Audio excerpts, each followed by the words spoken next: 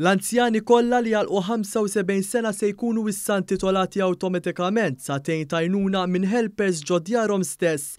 Lan ta' dan is-servizz li għalih ġew investiti €2 miljun u għal jagħti appoġġ lill-anzjani jew persuni b'diżabilità biex ikomplu jgħixu kemm jista' jkun b'mod indipendenti fil-komunità.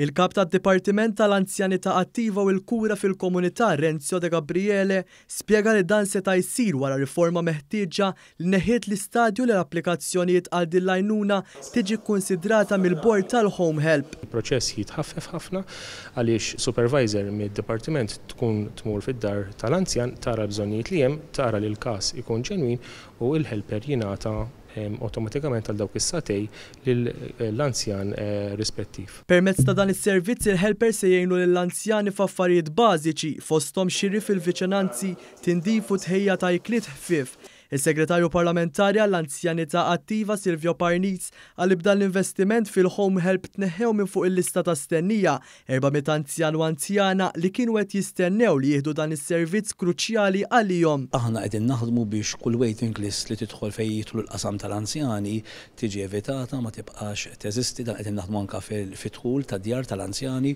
u għal daqstant issa ħadna ħsieb li b'miżura li għamilna li dawk l-anzjani li għandhom 75 sena il-fuq u li qabel kien isir assessment li kienet jieħu ħafna żmien, issa awtomatikament għandek 75 sena nagħtuk 2 hours servizz tal-Home Help. Silvio Parnitz spjega li eliġibbli għal dan is-servizz se jkun hemm ukoll anzjani li għandhom 65 sena jew aktar l-applikazzjoni tagħhom tiġi kkunsidrata minn bord. Persuni taħt il-65 sena li għandhom karta tal-identità speċjali valida maħruġa mill-Kummissjoni għad-Drittijiet tal-Persuni b'Diżabilità u applikanti oħra li qed ibatu minn mard serju.